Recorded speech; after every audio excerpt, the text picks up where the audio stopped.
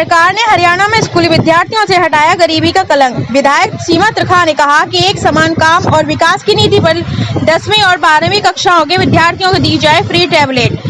देश में प्रधानमंत्री नरेंद्र मोदी की डिजिटल इंडिया की नीति को किया गया क्रियान्वित। स्कूली विद्यार्थियों के लिए ऑनलाइन पढ़ाई के लिए अनूठी योजना की अधागम योजना की शुरुआत की गई। बड़कल की विधायक सीमा त्रिखा ने आज NIT 5 स्थित राजकीय कन्या वरिष्ठ माध्यमिक विद्यालय में सरकार के 75वें आजादी के अमृत महोत्सव की श्रृंखला में स्कूली विद्यार्थियों व TGT अध्यापकों को टैबलेट वितरण कर कार्यक्रम में बतौर मुख्य अतिथि की शिरकत की।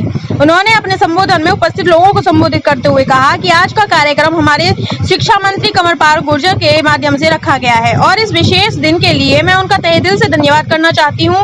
और अब सभी बच्चे अपनी डिक्शनरी से गरीबी शब्द को हटा दें।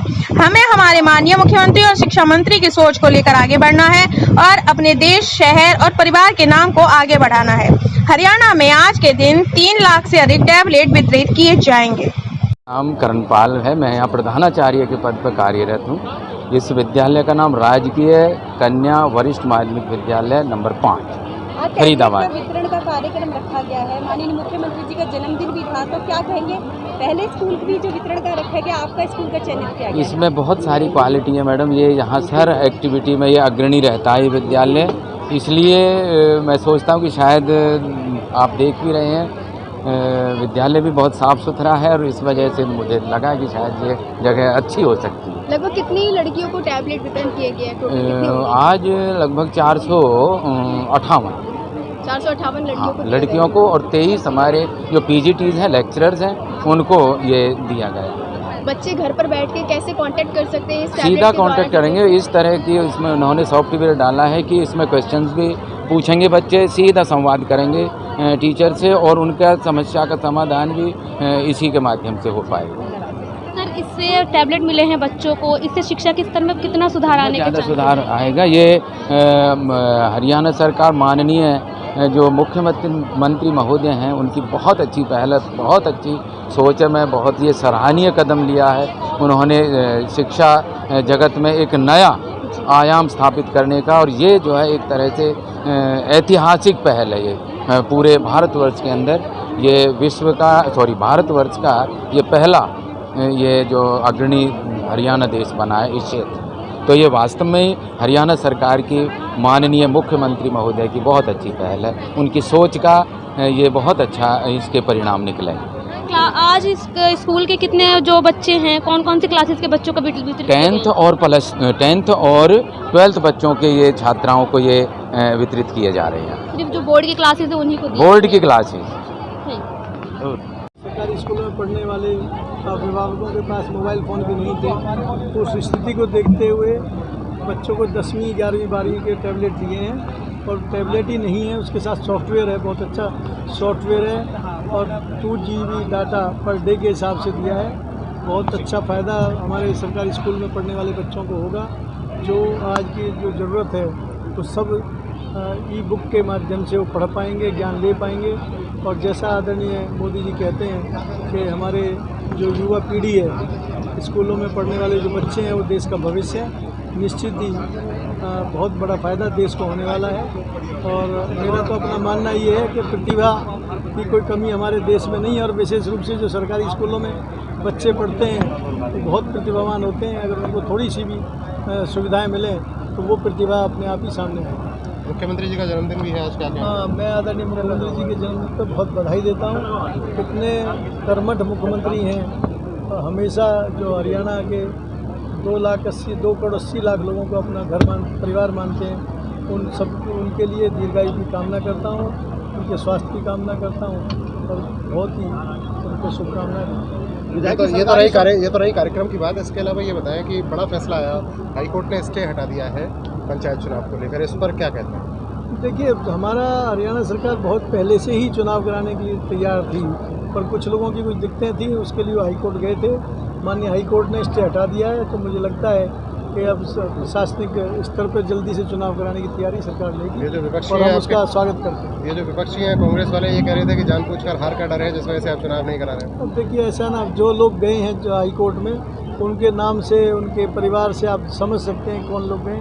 तो अपने आप ये प्रूव हो जाएगा कि बीजेपी या हमारे सरकार गई है या विपक्ष के लोग नहीं। अच्छा, एक चीज़ और, कांग्रेस का गठबंधन नया प्रदेश अध्यक्ष मिला है, गुटबाजी की बात कह रहे हैं खत्म हो गई गुटबाजी। आपको लग रहा है कि गुटबाजी खत्म हो गई? चार छोटे से प्रदेश में चार कार्यकारी अध्यक्ष जिस पार्टी ने बनाए हों उसके लिए मुझे बोलने की ज़रूरत नहीं है। हरियाणा की जनता सब समझती है। छोटे से प्रदेश में उन्होंने कार्यकारी अध्यक्ष बनाए, ये अपने आप ही परिणाम है। और कुलदीप बिश्नोई का अपने आप देखो 9-10 को तारीख को मिली है डेट, हमारे उनके राष्ट्रीय अध्यक्ष से मिलेंगे, तब क्या गुल खिलता है अपने आप आपको पता चल जाएगा। छात्राएं पढ़ाई के लिए बस सरकारी स्कूल में जो टीचरों की कमी है उसको लेकर क्या कहेंगे?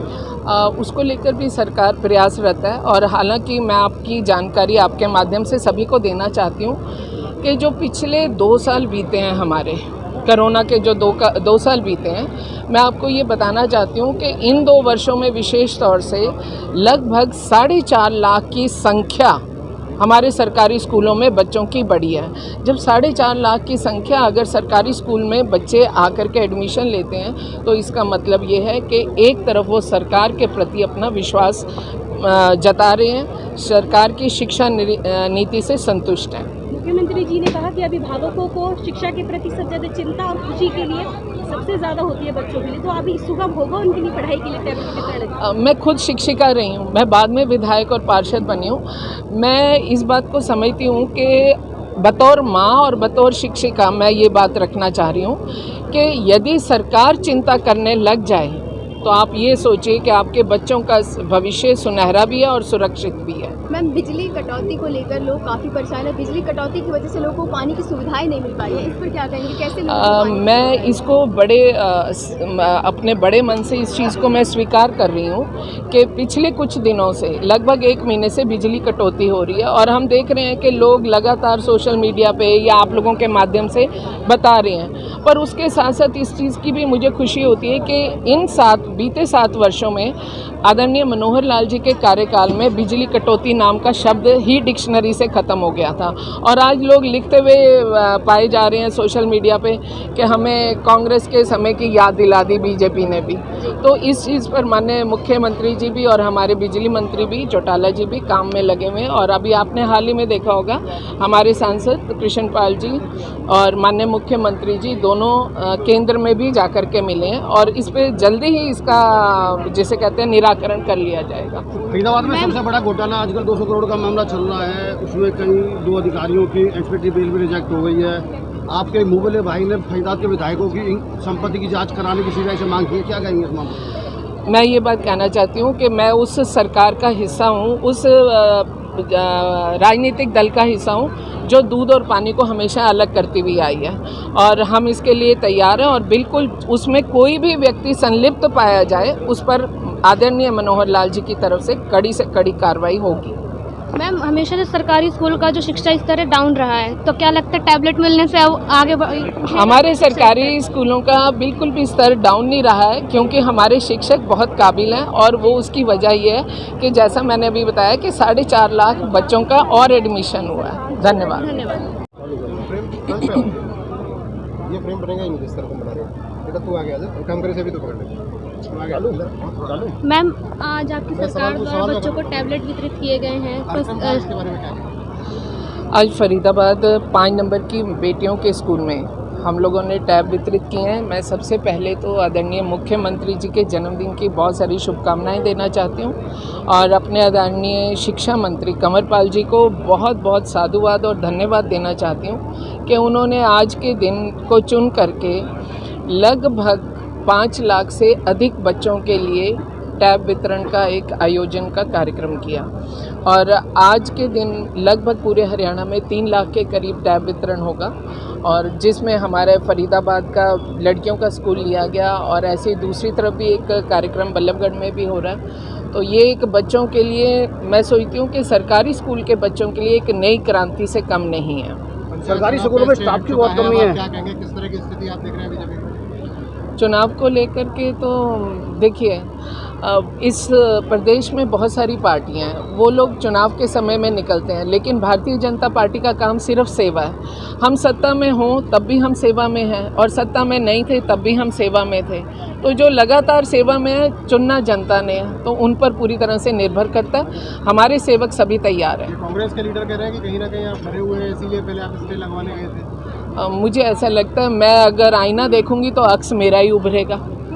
अच्छा, दूसरी एक चीज़ और, कांग्रेस का जिस तरह से प्रदेश अध्यक्ष बने हैं और कांग्रेस में गुटबाजी खत्म करने की बात हो रही थी और देख रहे हैं कि लगातार गुटबाजी चल रही है, इसको लेकर क्या कहेंगे? वैसे तो ये उस पार्टी का निजी और भीतरी मामला है, लेकिन फिर भी मुझे समझने में थोड़ा समय लग रहा है, क्योंकि ये किसको इंटेलिजेंट बता रहे हैं। एक को ये कह देते हैं ये कमज़ोर है अब इसे ले आओ, फिर उसे कहते हैं वो कमज़ोर है अब इसे ले आओ, तो वो आपस में नहीं निर्णय ले पा रहे। तो यही चीज़ का हाल पूरा देश भुगत रहा है इनकी वजह से। वो कह रहे हैं कि सरकार बनाएंगे हम, नगर निगम के चुनाव हो, पंचायत चुनाव हो या कोई भी अगला चुनाव हो, जीतने वाले हम ही हैं, बीजेपी नहीं होगी। सरकार कभी भी किसी पार्टी, कोई भी पार्टी इतनी सक्षम नहीं है जो सरकार बना सके। जब आपको इस चीज़ का ज्ञान हो जाएगा कि सरकार जनता बनाती है, तो उस समय आप धरातल पर पहुंचेंगे। सीमा जी, आपकी जो योजनाएं हैं जनता तक पहुँची है? हम जनता के बीच में ही रहते हैं और मैं तो कहती हूँ हम लगातार निरंतर पैदल चलते रहते हैं। हम तो सेवा को ही माध्यम बना करके चल रहे हैं। यहाँ पर टैब्स जो टीचर्स को दी गई है 23 है, बच्चों के 456 हैं, क्योंकि कुछ बच्चे का नेम स्ट्रोक ऑफ हो गया 12 बच्चों का, तो इसलिए उनके नहीं किए गए हैं। बल्लभगढ़ में 644 है और वहाँ 19 टीचर है PGTs, तो सबको वितरण कर दिया गया। मैम, जैसे कोरोना काल में बच्चों ने ऑनलाइन पढ़ाई की थी, ऐसे सॉफ्टवेयर थे जो बच्चों के लायक नहीं थे, ऐसे अगर इसमें ऐसा कुछ होता है तो इस पे आप लोग कैसे रोक लगाएंगे? नहीं, ये देखो मैं आपको बता रही हूँ, ये कंटेंट बेस्ड है और ये हमारे एक स्पेशल जो एजुकेशन डिपार्टमेंट है उन्हीं की तरफ से इसको जैसे एक टेक्नोलॉजी को यूज़ करके, अभी बता रहे थे, ये जो हमारा PAL करके है, उस टेक्नोलॉजी से इसको सॉफ्टवेयर को अपडेट किया गया और इसमें और कोई कंटेंट है ही नहीं। बच्चे इस टैबलेट से किन किन प्रतियोगी परीक्षाओं की तैयारी कर सकते हैं? सभी, अगर आर्ट्स वाले बच्चे हैं तो आर्ट्स की कर सकते हैं, और कॉमर्स वाले तो कॉमर्स की, साइंस वाले हैं तो साइंस की, और इसमें एक जर्नल भी है, नॉलेज, विज़न, सब कुछ उसमें है जो बच्चों से रिलेटेड है, जो सिलेबस से रिलेटेड है और जो उनकी GK से रिलेटेड है। Thank you.